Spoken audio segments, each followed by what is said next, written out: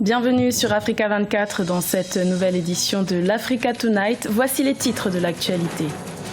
Célébration des 58 ans d'indépendance de la Guinée ce dimanche, le 2 octobre 1958. La Guinée rejetait la proposition d'entrer au sein de la communauté française. Mobilisation de l'opposition contre le projet de nouvelle constitution en Côte d'Ivoire. Cet avant-projet de loi continue de faire débat au sein de la classe politique ivoirienne. Et puis vers une sortie des tensions sociales au Tchad, le gouvernement et les organisations de la société civile convergent vers un dialogue national inclusif. La Guinée a célébré le 58e anniversaire de son indépendance nationale ce dimanche 2 octobre 2016. La Guinée est le premier pays d'Afrique subsaharienne à avoir exigé son indépendance face à la communauté française. Un reportage d'Emmanuel Milimono.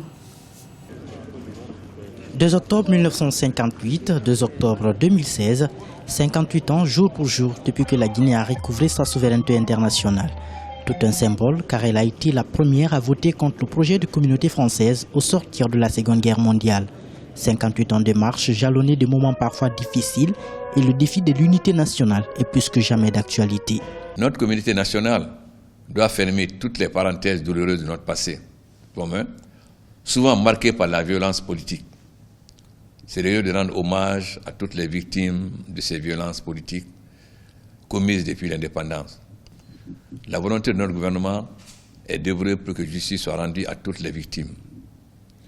Il est important que notre espace démocratique devienne un lieu de tolérance. Le pluralisme politique, exercé dans un cadre de paix, ne peut être qu'une chance pour notre construction nationale. Plus d'un demi-siècle de souveraineté internationale ont permis aux Guinéens d'ouvrir d'importants chantiers de développement. L'amélioration de la gouvernance sont des défis de tous les jours et l'accès à l'emploi pour les jeunes reste encore une problématique de premier plan. Si les libertés publiques sont en amélioration progressive, les questions économiques restent encore à renforcer. Nous œuvrons pour l'accroissement de nos recettes budgétaires par un programme de mobilisation de nos recettes.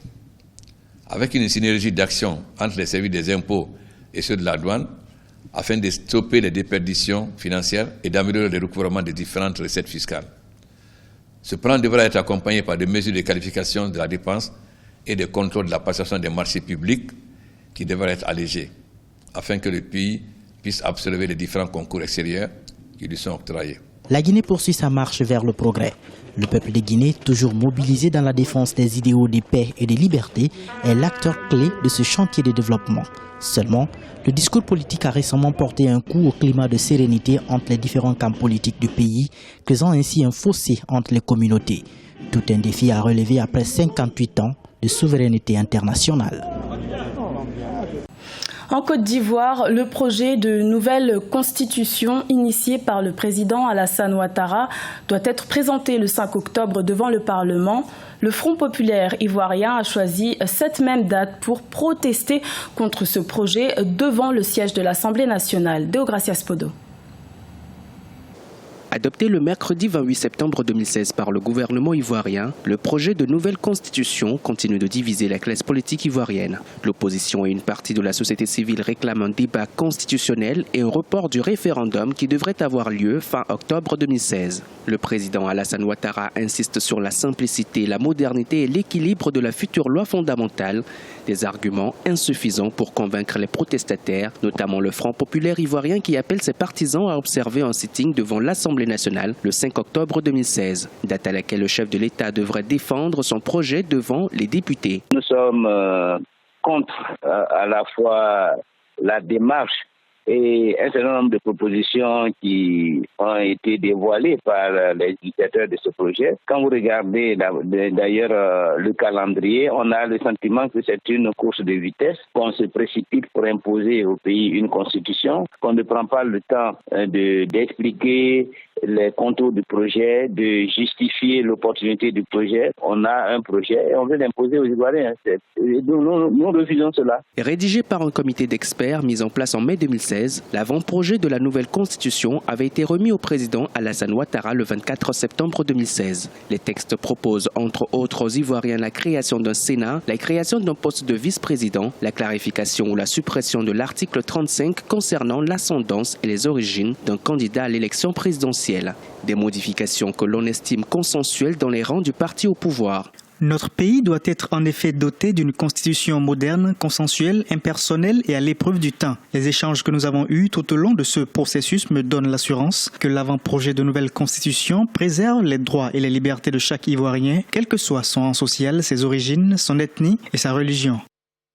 Depuis le démarrage du processus, le président Alassane Ouattara tente de rassurer les Ivoiriens et de négocier un consensus sur le nouveau texte avec la classe politique. Après le verdict de l'Assemblée nationale le 5 octobre, le texte devrait être soumis au référendum le 30 octobre 2016 et la nouvelle constitution, si elle est validée par les électeurs ivoiriens, devrait entrer en vigueur dès 2020.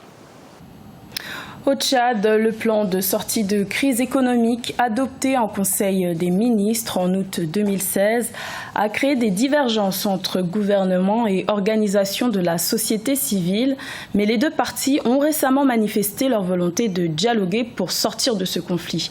Un reportage de Mamat Ramadan commenté par Idlet Mirabel Bissou. La Confédération des travailleurs du Tchad a organisé ce samedi 1er octobre 2016 une journée de réflexion sur la crise sociale qui secoue le pays. Objectif, soumettre un mémorandum aux autorités pour un dialogue inclusif sur les mesures d'austérité du gouvernement qui ne font pas l'unanimité. Après plusieurs jours de bras de fer entre les syndicats et la fonction publique, les deux parties convergent enfin vers un dialogue national. Nous avons prévu des réponses et nous allons le faire au gouvernement. Et il y a des choses qui sont importantes, comme je l'ai dit. Il y en a qu'il faut les corriger. Et en améliorant, en corrigeant ensemble, nous pouvons trouver des solutions négociées. Puisque pour nous, la CLTT, nous sommes un syndicat de dialogue. Et nous privilégions plus de dialogue, puisque nous sommes des médiateurs entre le gouvernement et les travailleurs. Donc nous faisons la médiation pour que nous trouverons des solutions négociées et des solutions durables.